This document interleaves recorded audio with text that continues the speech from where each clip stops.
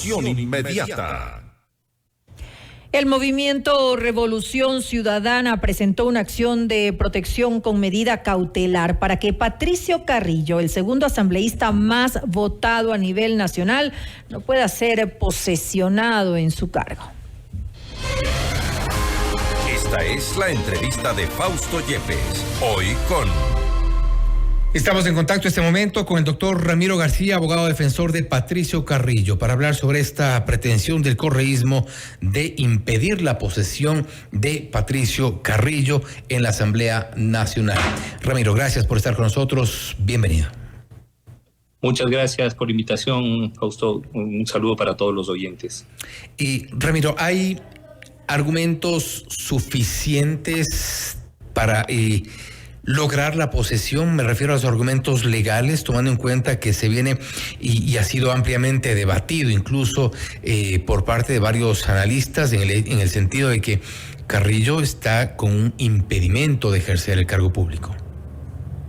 A ver, sobre este tema, existe tanto una norma como un precedente convencional. ¿A qué me refiero? Por un lado, hay una norma de la Ley Orgánica de la Función Legislativa que establece que quien fuere cesado en un juicio político tendrá una inhabilidad en sus derechos políticos por 2 años. Por otra parte, en el caso Petro versus Colombia, el Sistema Interamericano de Derechos Humanos dejó totalmente en claro que una sanción de tipo administrativa, no jurisdiccional, no puede derivar en una inhabilidad en cuanto a derechos políticos. Es decir, la Corte, el sistema interamericano hace una diferenciación entre funcionario público designado y funcionario público elegido mediante votación directa. Entonces, claro, lo que dice el sistema interamericano es que una decisión de tipo administrativo, y recordemos que el juicio político, aunque se llame juicio, no es un proceso jurisdiccional, es una decisión de corte administrativo, y que una decisión de este tipo pues no puede generar inhabilidades para ocupar cargos de elección popular. Recordemos que el general Carrillo obtuvo casi 1.800.000 votos en la última elección. No obstante, y hemos visto de todo en nuestro país a través de las acciones de protección y medidas cautelares, y esto podría de alguna forma, y esa es mi pregunta, llegar a frenarse, es decir, la posesión con esta acción de protección presentada por la Revolución Ciudadana. Me refiero a que hemos visto quienes han sido sancionados con juicio político regresar a sus funciones a través de una acción de estas características. Hemos visto como alguien condenado por graves delitos ha sido repuesto sus derechos de participación, el caso de Jorge Glass y el caso del juez John Rodríguez. Hemos visto de todo. ¿No creen que esto podría zanjar de alguna forma una aspiración que tiene Carrillo de posesionarse? Bueno, a ver, yo creo que después de obtener 1.800.000 votos, esta aspiración es normal, es entendible y es totalmente legítima. Pero además, teniendo en cuenta que el Sistema Interamericano de Derechos Humanos establece que no existe inhabilidad. Por lo tanto, es una aspiración totalmente legítima la del general Carrillo de posesionarse de su curul como asambleísta. Ahora, legalmente, ¿qué procedería de aquí en adelante si es que en el evento vamos a pensar que la acción de protección se concede la medida cautelar y se detiene esta posesión? Yo creo que ese es un escenario muy difícil, porque además la acción de protección no es la vía idónea en absoluto para impugnar esto. Esto lo debieron haber iniciado una acción ante el Tribunal Contencioso Electoral, no ante un juez de instancia en sede constitucional a través de una acción de protección. Esto no tiene pies ni cabeza. Los tiempos quiere decir que de alguna forma no darían, si es que ese fuera el camino que tomarían, digamos, el Tribunal Contencioso Electoral para llegar a frenar o impedir la posesión de Carrillo. Bueno, si es que lo hicieran a través del Tribunal Contencioso Electoral, a más de los tiempos, pues evidentemente el tribunal tomará en cuenta el precedente jurisprudencial al que he hecho referencia, que es de obligatorio cumplimiento por parte del Ecuador como signatario de la Convención Americana de Derechos Humanos. ¿Quién tiene la última palabra? Bueno, En este caso, pues yo creo que la última palabra la tendrán los jueces, la tendrán los tribunales, la tendrá la Corte Constitucional inclusive. Así que se acudirá a todas las distancias que tengamos que acudir. ¿Qué recursos le quedarían a Patricio Carrillo en el evento de que se acepte esta medida cautelar? Pongamos el evento de que eso realmente ocurra. ¿Qué recursos a qué recursos puede acceder Patricio Carrillo en la pretensión de posesionarse? Tomando en cuenta que lo que hablamos hace un momento, los tiempos son cortos, quizá en algún momento podrán quienes pretenden frenar esta posesión correr con tiempo en contra, algo que también le puede ocurrir a Patricio Carrillo.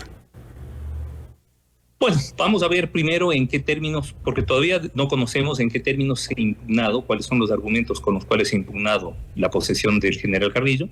Y una vez que sepamos esto, pues obviamente además intervendremos en esa acción de protección como terceros perjudicados y por supuesto planteando todos los argumentos que hemos hablado aquí y algunos otros más para sostener el derecho. Pero es que no solamente es el derecho del general Carrillo de ejercer una legislatura, sino el derecho de ese 1.800.000 personas que en ejercicio de su ciudadanía votaron por el general Carrillo. Eso es lo que no podemos ver burlado. No es tanto la pretensión de una persona, sea el general Carrillo o quien sea. No, son los electores. Es el derecho de los ciudadanos que votaron el que se tiene que precautelar. ¿Se establece en este caso entonces la diferencia entre funcionario público y dignatario? Se establece la diferencia entre funcionario público designado y funcionario público elegido mediante mecanismos de democracia directa, elección popular. Y en este caso le beneficia a Patricio Carrillo. Por supuesto, en este caso es evidente que esto beneficia al general Carrillo y que a través de una decisión administrativa. Si fuera una decisión jurisdiccional, otra sería la cosa. Pero la Asamblea Nacional no es un órgano jurisdiccional y la decisión que toma en un juicio político no es una decisión jurisdiccional. Carrillo, sin embargo, podría eventualmente tiene otro tipo de opciones una vez que pase el día de la posesión, porque creo que esto es importante también establecer, creo que son determinantes los tiempos. Si pasa el día de la posesión y no ha logrado posesionarse más adelante, ¿se agotaron los recursos o no? No, existe una serie de recursos, pero a ver, lo que pasa es que el derecho de Carrillo de posesionarse está intacto.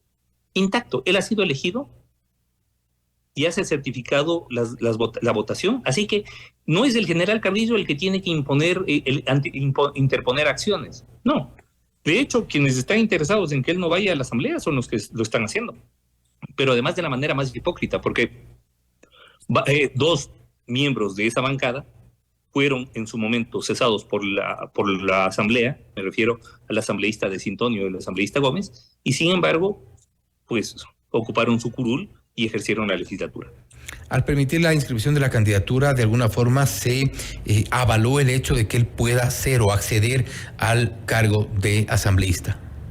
Se sentó un precedente, consideramos, por supuesto, y que no es el único precedente, hay otro. ¿Qué otros precedentes? Hay el precedente de un prefecto al cual el Tribunal Contencioso Electoral le reconoció este derecho. Justamente hoy, más tarde, en redes sociales, en X específicamente, pues subiré un hilo sobre este tema, dando una explicación y adjuntando la documentación, porque va a ser mucho más fácil entenderlo cuando se lea esta decisión. Pero un poco para tratar de resumir esta decisión, de alguna forma, este precedente. Esta decisión, hace una diferenciación entre el funcionario público y el funcionario público elegido mediante votación popular. Son dos cosas totalmente diferentes. Que es en donde radica, creo, la discusión. Sí, claro, es decir, no podemos meter en el mismo saco a todo funcionario público cuando existe funcionarios que han llegado a su cargo a través de una elección popular. Y esto debe tener un tratamiento específico y que en el caso de que por mandato de la Convención Americana y del Sistema Interamericano de Derechos Humanos, pues lo que se señala es que una decisión administrativa no puede suponer de ninguna manera una vulneración o una interrupción de los derechos políticos de nadie. Esperamos entonces la respuesta también por parte de las autoridades, y en este caso también de la justicia, que está ya en conocimiento de este caso, una nueva polémica en cuanto a las posesiones. Doctor García, nuevamente, gracias por haber estado con nosotros. Muchísimas gracias por la invitación. Y nuevamente un saludo para todos los oyentes. Gracias. Ha sido el doctor Ramiro García, abogado defensor de Patricio Carrillo, hablando sobre la pretensión del correísmo de impedir la posesión de Patricio Carrillo en la Asamblea Nacional. Ramiro García ha hecho la diferenciación entre lo que es un funcionario público y quien ha sido electo por decisión popular. En este sentido, se ratifica en el hecho de que Patricio Carrillo no tendría impedimento para posesionarse en la Asamblea Nacional. No obstante, hay ya una acción de protección presentada por la Revolución Ciudadana en el intento de impedir esta posesión. Habrá que ver la resolución de los jueces. Esto es Notimundo Estelar, siempre bien informados. Notimundo. Información inmediata.